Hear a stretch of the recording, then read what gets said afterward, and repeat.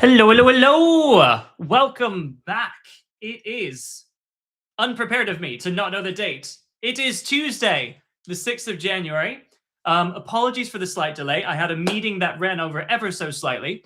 But today we are going to be talking about last minute preparations you can do for the TMUA. So we've got the ESAT, which has been happening this week. They're kind of happening. I don't know if it's yesterday, today, or today, tomorrow, but good luck to anyone doing that.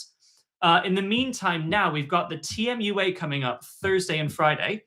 And I just wanted to talk about any sort of last minute tips and tricks you needed to know before going in. So the TMUA, as you all know from the preparation, you've got your paper 1 and your paper 2. Paper 1 being much more sort of standard math syllabus stuff. Paper 2 being much more of the hardcore logic stuff.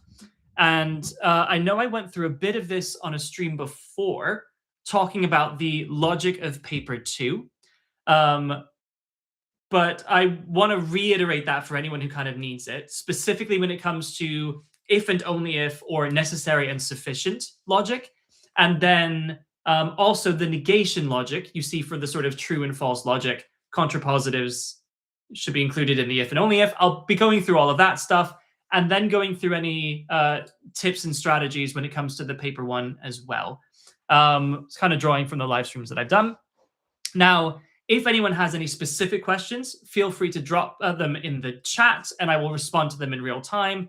Because for me, this is more about any last minute questions that any of you have. So it's more important to me to make sure that your last minute stuff is accounted for. So for example, when I did that with the ESAT stuff earlier in the week, people were dropping suggestions for things like probability or radioactive decay half-life or circuit questions. And so if you guys have any specific things that you want to talk about now in these sort of final days, feel free to drop them in the chat. I'll make sure to prioritize those. Now, in the meantime, let me get... Well, first of all, I've got some of the TMUA papers open now, which could be helpful for me to go through. But in the meantime, I'm going to get the Mira whiteboard open so I can talk about the things, the two most important skills that I think you need to know for paper 2. And that will give people time to join and begin to drop their own suggestions if they have any. So first of all, I'm going to clear off from the work that I did on the TMUA the other day. I'm going to zoom in. Don't worry, I know you can't see it just yet. All right, so sharing the screen now. Let's talk about the two specific things that I think are most important. So the first thing I want to talk about is if and only if, necessary, sufficient, all that kind of stuff. What does it mean? How can you use it in practice? And so the first statement I want to talk about is if A, then B. So what that means is we should, I always think about these sorts of mappings, right? So we can consider a situation about A and B. And I always consider the cases where the start point is true or false and the end point is true or false. So if A, then B means if I have A being true, then that means B is definitely true. I cannot have A and not B. So this pathway doesn't exist. But the statement is only being made about A. So it's not really claiming anything about A being false. So this is the mapping. If it's not A, I could still arrive at B. And if it's not A, I could still arrive at not B. But this is making a specific claim that if I start at the start point of A, I must end up at the start point of B. So what I can do as well is state that in other terms. So what this also means is A is sufficient for B.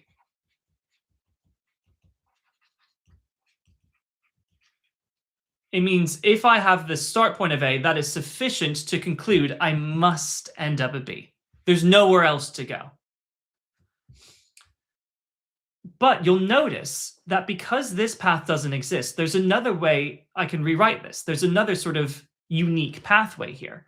Because I can also say, if not B, the only way I can arrive at not B well, rather, hold on, let me rewrite this. The only way I can arrive at not B is to start at not A. So that means not B only if not A.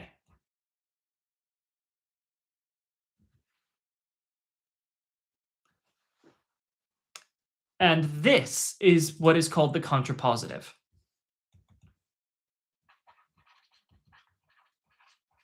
So to consider the contrapositive, what you have to do is to sort of, or another way we could have written this is if not B, then not A.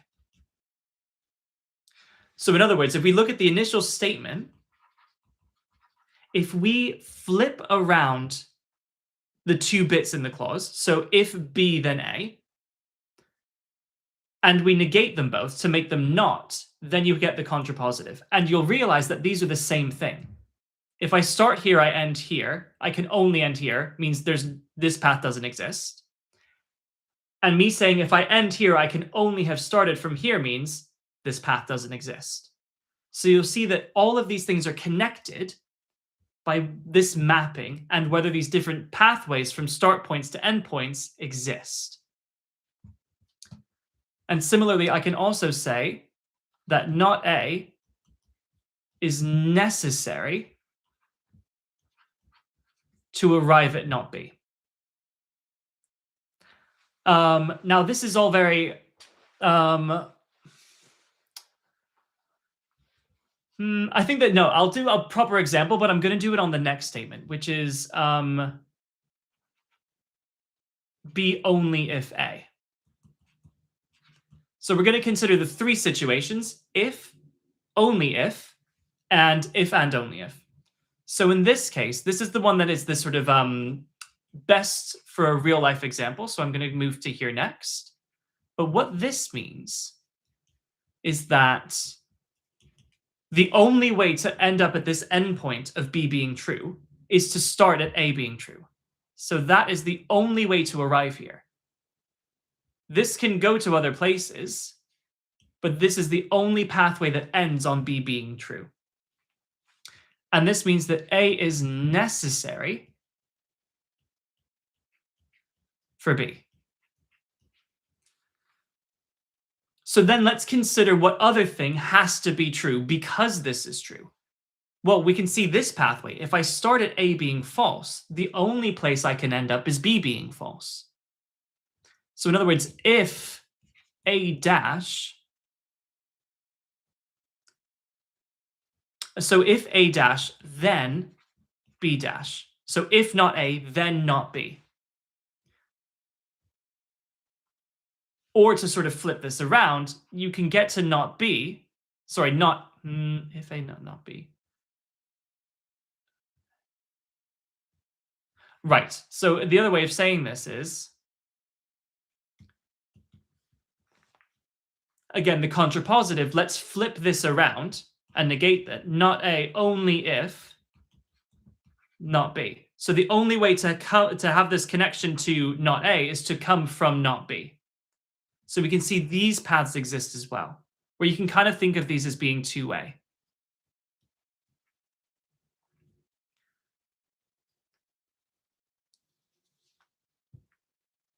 So we flipped them around and negated them both. That gets the contrapositive. And what you will see, which is a very important skill for ESAP, for TMUA paper 2, is that the contrapositive always has the same truth as the initial statement. So if the statement is true, the contrapositive is true. If the statement is false, the contrapositive is false.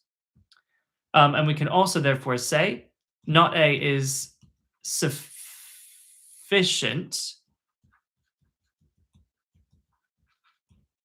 for not B.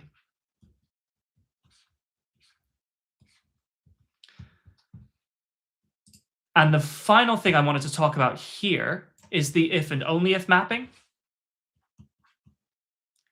So A if and only if B. So that means the mapping from A to B, if we consider the true false exactly the same as we had before, then that means if A, then I arrive at B. And the only way to arrive at B is to come from A. In other words, this cross path doesn't exist either. It eliminates both of these cross paths, which means that A is necessary and sufficient for B. And similarly, not A is necessary and sufficient for not B. And we can say not B if and only if not A, where this is a shorthand for if and only if, where they are necessary and sufficient for each other. Now, let me give you a real world example to make this make a lot more sense, right? So let's consider the claim, you can, if you are drinking, or let me get the wording right for it's this case. So you can be drinking only if over 18.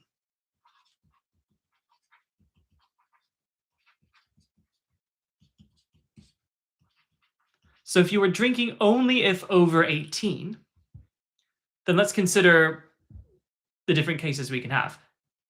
We can either have over 18, or we can have under 18. And we can have drinking, or we can have not drinking.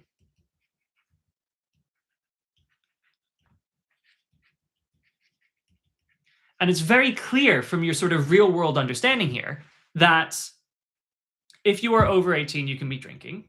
If you are over 18, you could choose not to be drinking, like I don't. And if you are under 18, you are definitely not drinking. But what is not allowed is for you to be under 18 and for you to be drinking. So this is your if and only if statement. Being over 18 is necessary to be drinking. Being under 18 is sufficient to conclude that you are not drinking. Right? But just because you are over 18, it does not mean you must be drinking. You could choose not to be drinking. That's not the claim. The only claim that's being made here is if you are under 18, you cannot be drinking.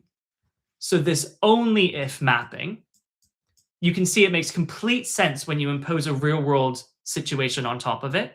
And this also leads us nicely into testing for these different relationships. So they often ask you which is true. Like this is necessary for that, this is sufficient for that, this is necessary and sufficient. And so they give you a range of options for what statement is actually true. And what they're asking you to do there is to find out what mapping exists, right? So if you want to find out if a proposed mapping is true, you need to think about the defining characteristic of that map. So here, the defining characteristic is that this cross path between under 18 and drinking does not exist. So if you wanted to test if this statement is true, if you wanted to test that you are drinking only if over 18, you would need to test to see if there was a counter example to this cross path. Is there a case where someone is under 18 and still drinking? So you would test all the people who are drinking and see if any are under 18. If there are, then this pathway does exist, and this is not happening, and someone's breaking the law. So let me see if I can find a sort of classic case of that from a TMUA paper. So I'm going to scroll through now. I'm in a paper 2. I'm in 2021. Oh, we have some comments. Someone at school recently mentioned that achieving a 9.0 ESAT TMUA is basically an auto acceptance into Oxbridge Imperial since it's super rare. What are your thoughts on this? Well, Cambridge does have interview, so there's always still that obstacle. But the reason why I think he says it's going to be an auto acceptance is if you're the sort of person getting a 9.0, you're probably statistically, in terms of the fact that they're correlated, you're probably also going to be someone who does very well in interview. So from that perspective, yes. And from Imperial's perspective, almost certainly, because they just sort of take the top third or so. And if you get a 9.0, you're probably in the top third, and that's without interview. So that is a bit more certain. But that said, just because, well, we can almost take it in terms of the mapping I just created. Just because you don't get a 9.0 doesn't mean you don't get in. In other words, getting a 9.0 is sufficient but not necessary to get in. Assuming other basic factors like your predicted grades are great personal statement, etc. So that's my opinion. And in fact, we can, just because that's such a good example, I am going to consider that case.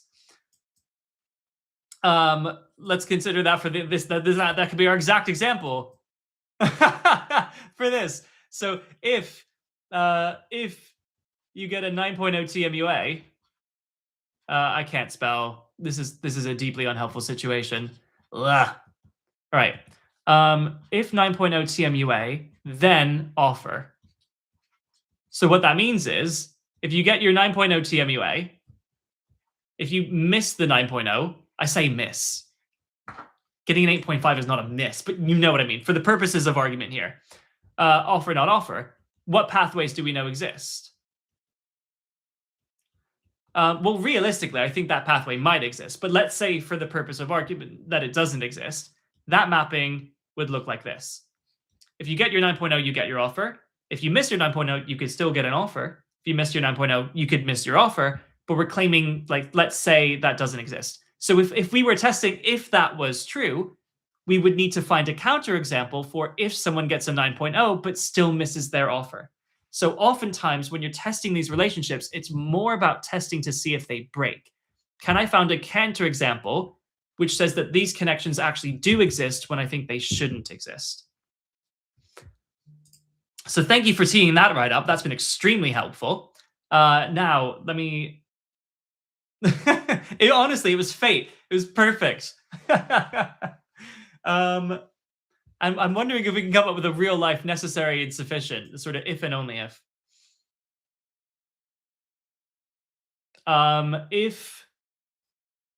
We'll see if it comes up. But I think it's better to, well, in fact, it's gonna, no, it's kept on the Miro whiteboard. So I'm gonna scroll through this paper too, because the necessary and sufficient is so common that you can nearly guarantee you're gonna see it.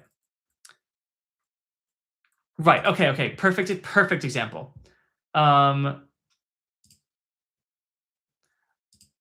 Window, entire screen. We'll do entire screen just because it means I can annotate on this directly.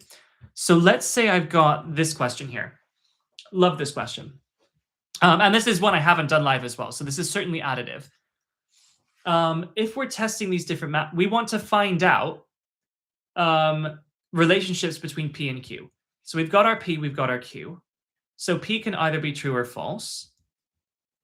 And Q can either be true or false. And we want to find out what mappings actually, or what connections exist in real life. So here, does a connection exist between true? So true would be f of x equals 0 for exactly 3 real solutions, and the derivative is 0 for exactly 2. Does that path exist? Yes, that path exists. That path looks like this. Simple cubic, 3 roots, 2 turning points. That pathway exists. Does the pathway exist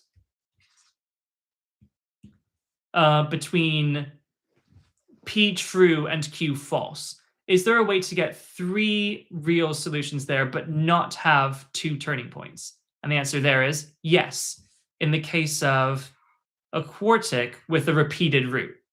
This would have 3 roots, but there are 3 places where f dash x is 0, so that pathway also exists.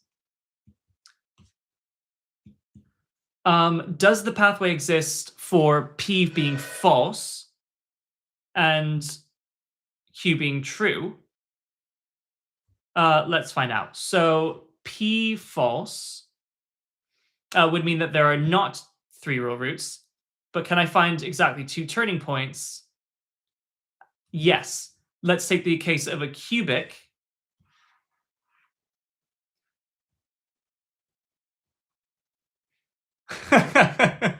Someone's in the comment, you got your ESAT tomorrow. Best of luck, sir. Multiple passes. Practicing the exam technique, you should be fine. If you see a good question, do it. If not, skip it immediately. Back to here. This is a situation where there's only 1 real root, but there are 2 values for which the derivative is 0, so that pathway exists.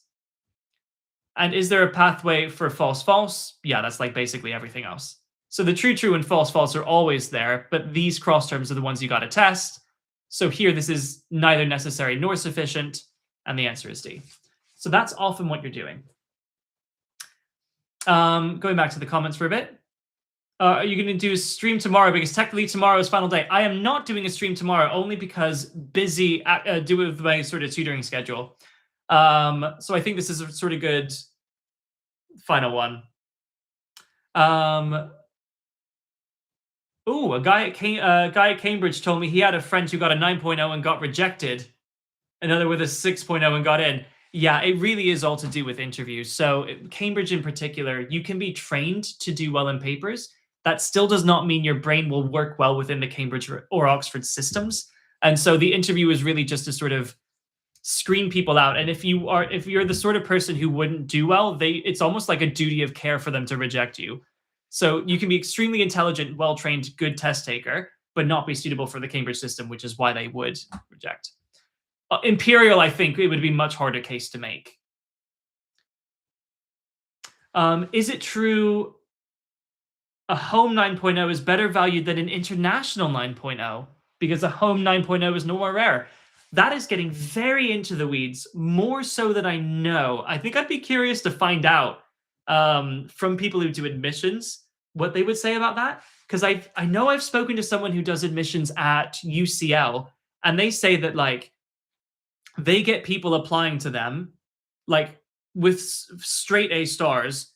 More people apply to them with straight A stars than they can give out offers for, which means they must give out rejections for people with straight A star predictions, guaranteed. And so admissions processes are so difficult. And so I would love to get behind the scenes of that. Which is also why I say, going into this, like the aim is not to do perfectly and to guarantee you're going to secure an offer. The aim is to go in and come out with like no regrets, to know you did your absolute best, and therefore where you land is where you should have been. So yeah, that's kind of my philosophy, because depending on things that are technically outside your control is not fun. Okay, so this is another necessary but not sufficient, where you have to establish which pathways exist. I want to find one. Yeah, this is more where they're stating definitively whether something is sufficient or not, and you have to test whether that's true. So let's see how that works in this case. So we're testing for sufficiency. So the claim is being made about sufficiency. So we're considering a polynomial for the equation to have a real solution. So you either have a solution or you have no real solution. No solution. And the condition is either true or false. And for it to be sufficient, we say that is sufficient for there to be a solution, which means if we go there, it's guaranteed that. So this is the mapping that's being proposed, the sufficient mapping. And we need to test whether that's true. In order to test whether that's true, we need to really test, is this pathway in reality there? So we're going to test, can these conditions be true and still arrive at having no real solution? So which are sufficient for it to have a real solution? To be a cubic, no. There's no way that's true when you end up on no solution, because a cubic, we know, goes from minus infinity to plus infinity. So in terms of the sort of long-term behavior, x tends to minus infinity, y tends to minus infinity, x tends to infinity, y tends to infinity. At some point, you're going through zero. Full stop, the end. You're going to have a solution. So this pathway does not exist, and that is sufficient.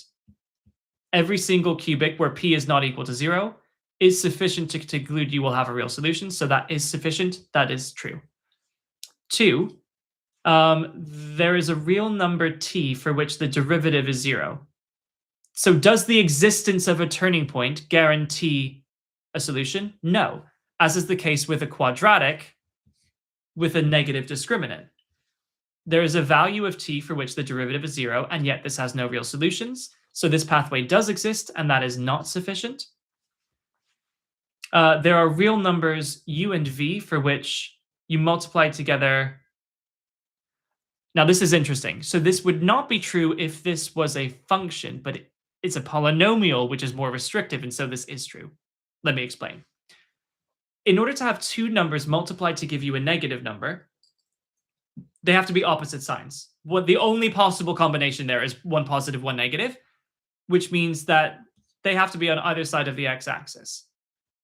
Now, for it to be a polynomial, it is smooth and continuous, so guaranteed there will be a root somewhere in between. So that is true. It's impossible for that to be true and to have no solution. But if this was talking about general functions, then that would not need to be true, because you could have the function y equals 1 over x, where it changes sign without going through 0 at any point. So that's why the wordings on these questions are so precise, and you have to pay such close attention. But the answer here then is yes, no, yes, which is C. And so those were two examples of how I use this understanding of mapping to understand what the question is asking and how to approach it. So this super important last minute technique that you can use almost like throughout paper 2. The other really important skill I wanted to talk about, if we go back to the mirror whiteboard for a second, is negation logic, which I really like. So how I approach negation logic is with like a number line. So down here, we consider on the bottom whether things are true. So here, none are true. At least one is true, which can also be expressed as there exists something for which it is true. And on the other end, we obviously have all are true, and we have at least one false. And then kind of flipping around the logic, if none are true, that means all are false. This is still at least one is true. This is still at least one is false.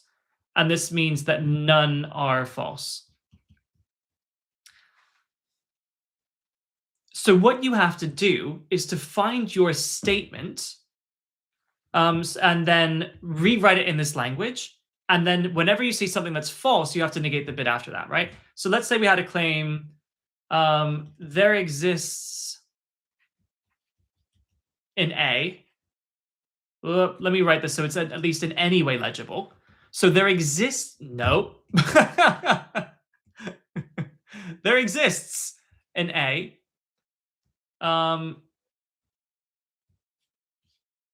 For which, I don't know, all factors divide B or something like that. So what that means is, let's rewrite that in the language of the question. So at least one A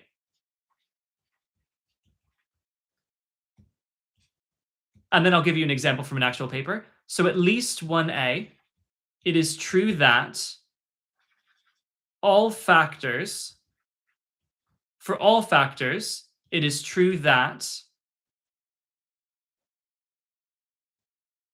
in fact, I'll even make this a bit weirder, and I'll just say it divides some B.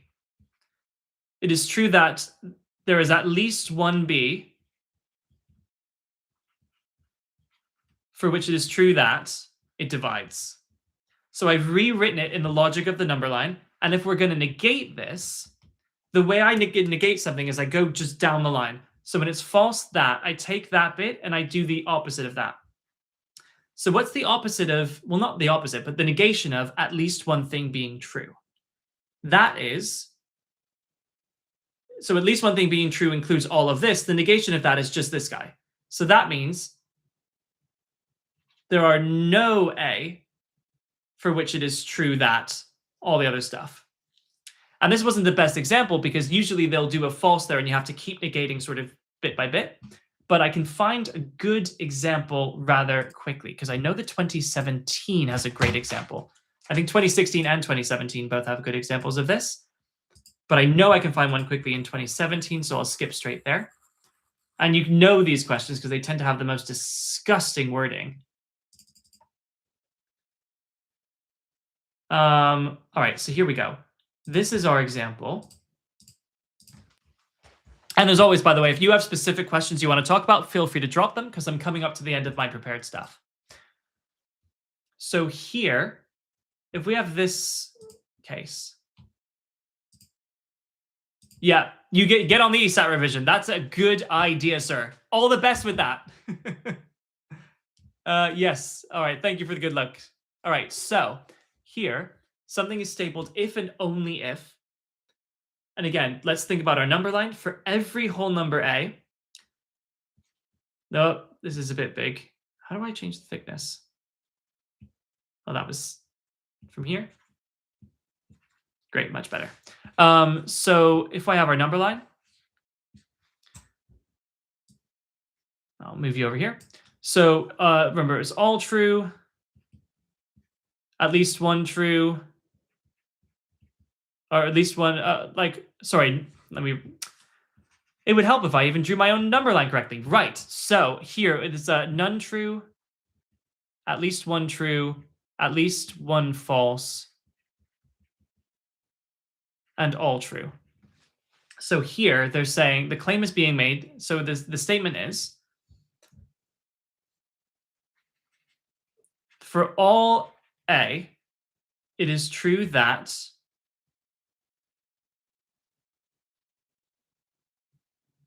there's at least one prime factor for which it is true that there's at least one other number for which it is true that it is divided. So the negation of that would be false if all a is true that would be at least one is false that. So I have to take that bit, I turn that into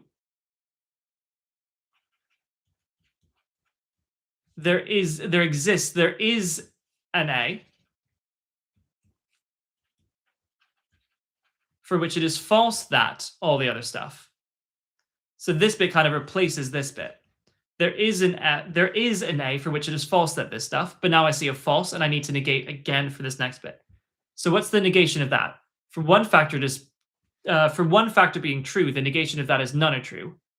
So I can turn that into, it is true that there are no factors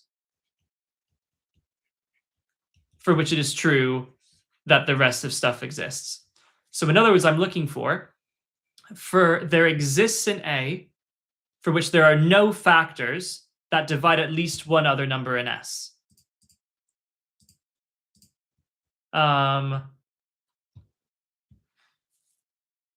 There exists an a such that there's no prime factor which divides at least one other number in S in T, and that is F. I think actually, hold on, I will try and find a good one quickly because I think the next year had a good one as well. I'll just find that real quick. Yeah, this was a great one. Okay, so I'll use this because it's another good example. No, not the mirror. I'll do the entire screen. Okay, screen 2, share. Right, so here,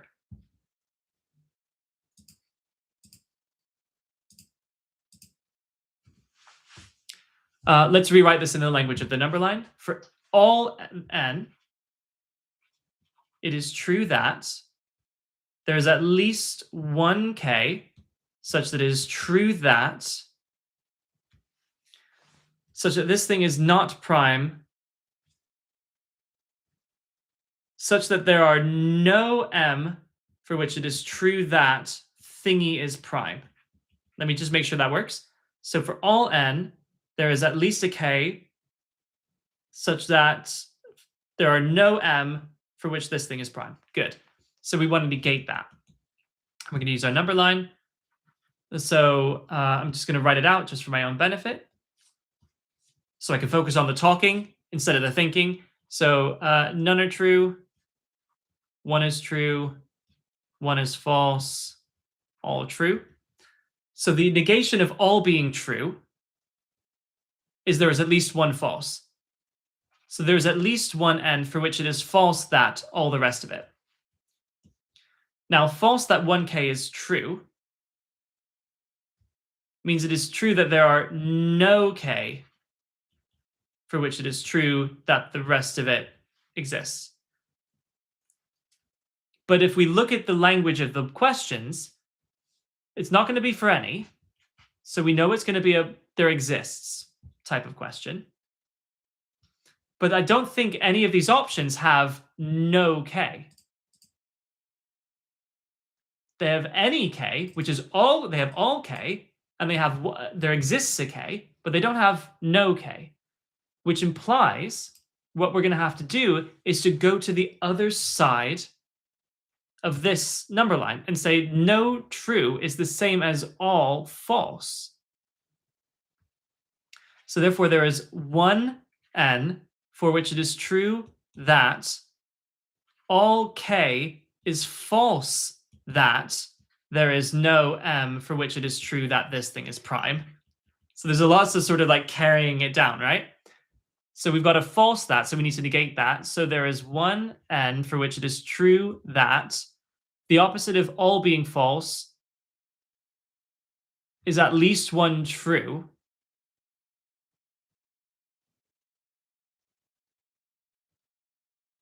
Oh, so all k, so for all k, sorry, we have to negate this bit now.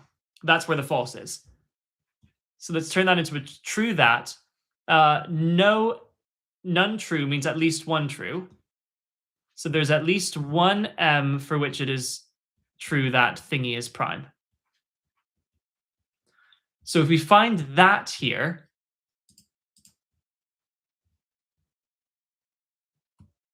there is an n. Hold on, so out of these guys, there is an n such that for any positive integer, okay, there is an m for which thingy is prime, and that is f. So this stuff can be kind of insane, and I think it's just worth having those tips and tricks sort of ready to go for that. So that's how I would handle any sort of like negation logic that comes up.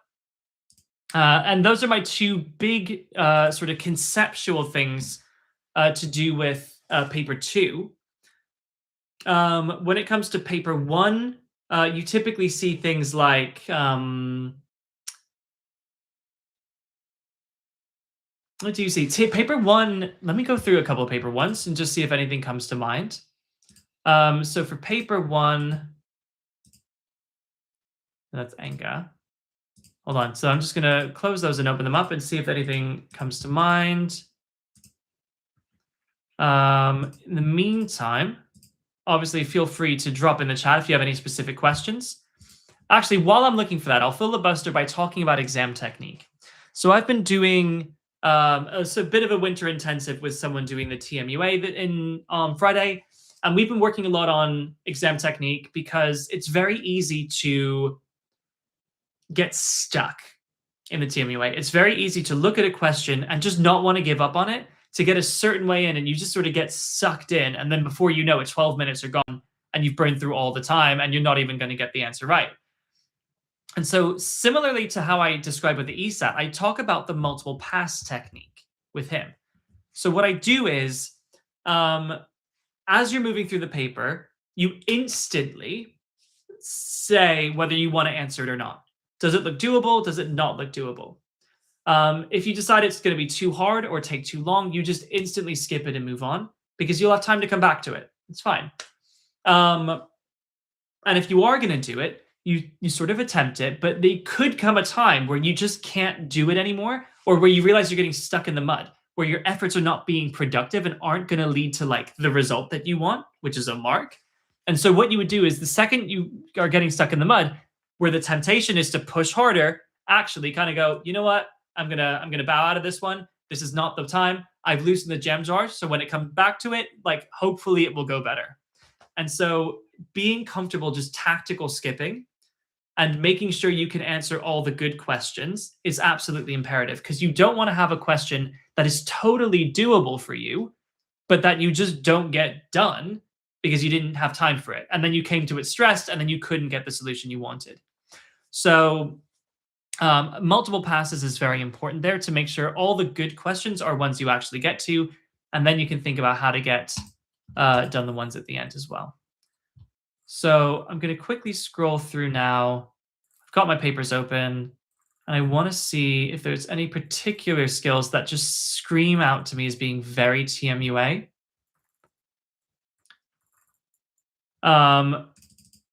Yes, well, actually, do you know what? There's lots of stuff on sine and cos and max and min values, where it's quite common for you to understand that the maximum sine can be is 1 and the maximum cos can be is 1 as well. So they exist between 1 and -1, and sometimes that is the exact solution you need in order to make it work.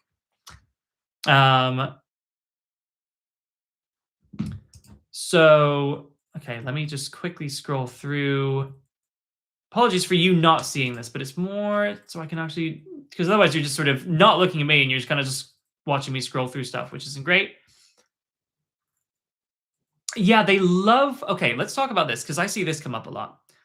They really, really like trapezium rule, overestimate versus underestimate. Like this is quite common. So here, I just want to point out that the way the trapezium rule works by getting rid of this. So if the curve, you kind of just sketch the curve in general. So in this case, if we sketch it, we know it's going to look something like this. And it's understanding that if I draw my trapezia, for instance, like this, then these lines of the sloped edges of the trapezia fall underneath the curve. And so if I take the area of a trapezium, that is going to be less than the true area under the curve. So that will be an underestimate. And similarly, if something is curving up and I'm taking trapezia, then those lines will lie above the curve. And so the area estimated by taking the trapezium will be bigger than the true area of the curve. And therefore, this will be an overestimate. So just making sure you're very comfortable with that kind of stuff.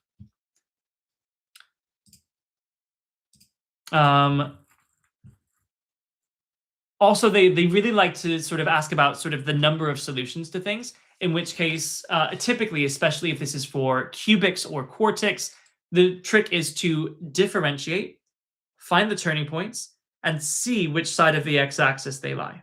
If one is above, one is below, you know there are 0 points in between. And so that could be quite helpful for working out the number of solutions.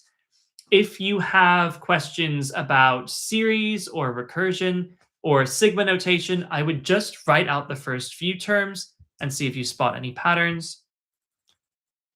But on the whole, I'd say paper 2, and I suppose the only other thing is to talk about, yeah,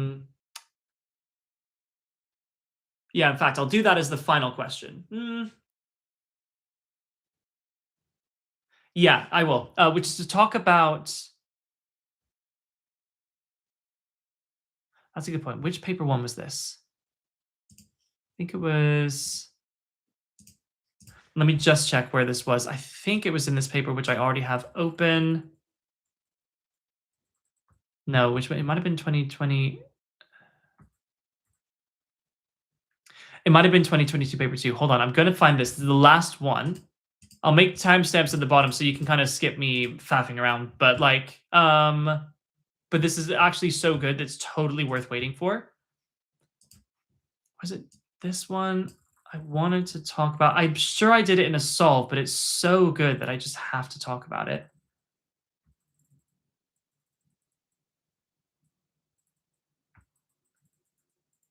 No, so it wasn't there. So then it might have been 2021 paper 2.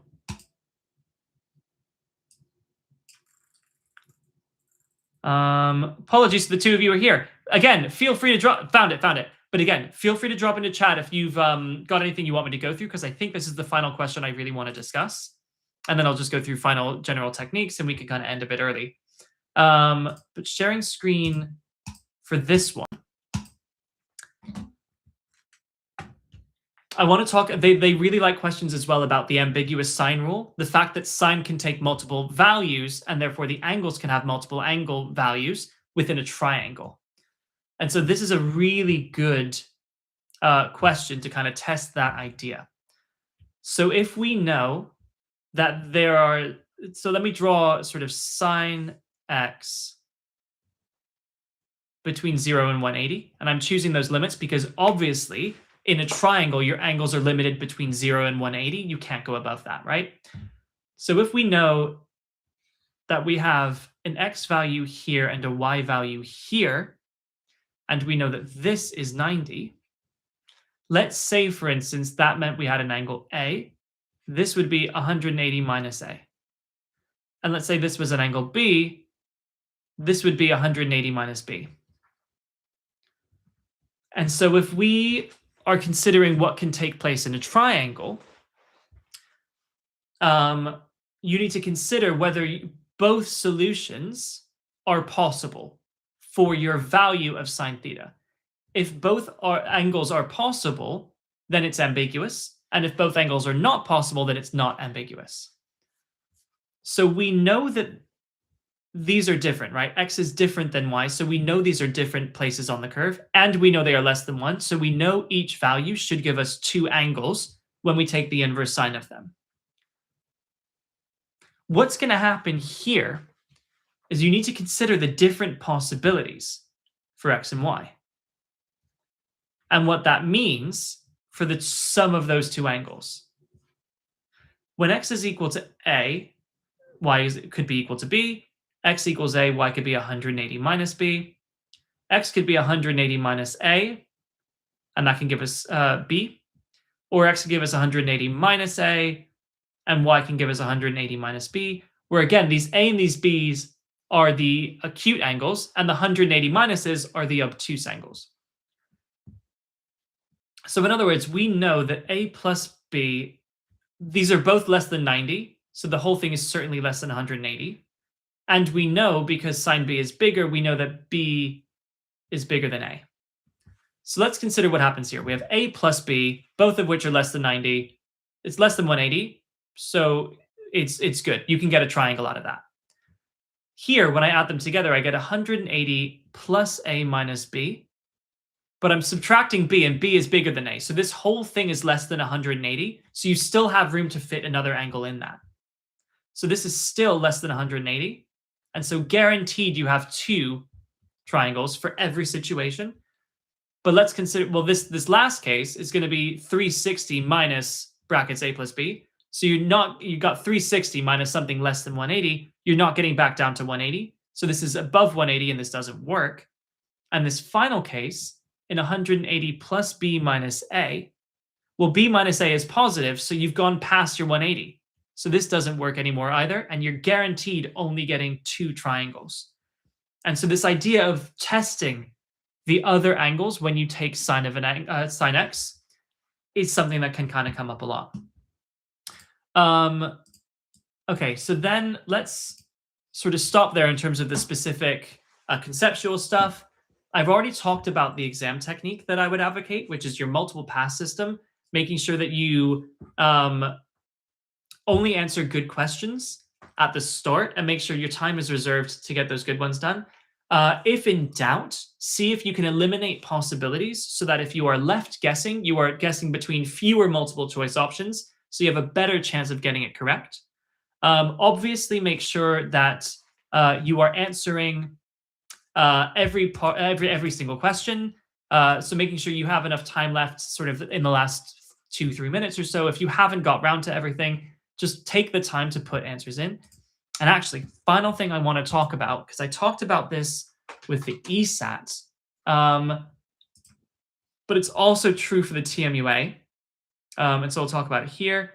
If I find the practice tests on the Pearson VUE website, this will be very, very important, because if I share screen now, well, in fact, I'll just do, well, I'll do the entire screen, it's fine. No, I'll do the window. So you can see that, great. Okay, what I want to go through particularly here is, and this has actually been an issue on the ESAT for someone in the October cycle. If you click on your answer, you do have the option of pressing N to skip to the next question, but I want to show you, this happened, I swear this happened in the real thing. If you click down here, these buttons, you see these bubbles extend all the way across the screen. So if you accidentally click anywhere else on the screen, you might change your answer.